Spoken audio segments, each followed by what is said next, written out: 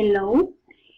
Well, in this video, I want to use both the Vex vacation site webs. The trip took place from the 15th to the 25th of February of the year in San Andres Islas.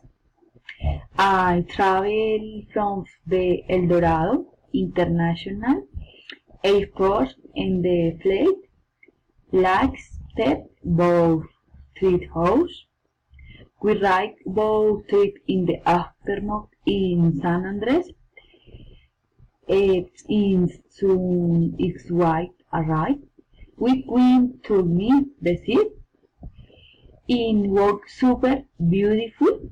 I traveled to the coral reef, to the blower hole.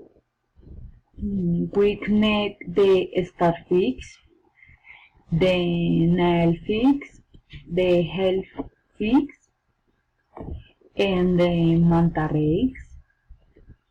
We were in Johnny Key, in Rocky Key, in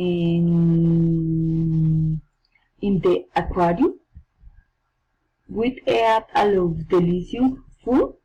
We returned to Bogota at midnight, and from the planet, the island looks very beautiful, but it was very afraid to see the sea, and the waves too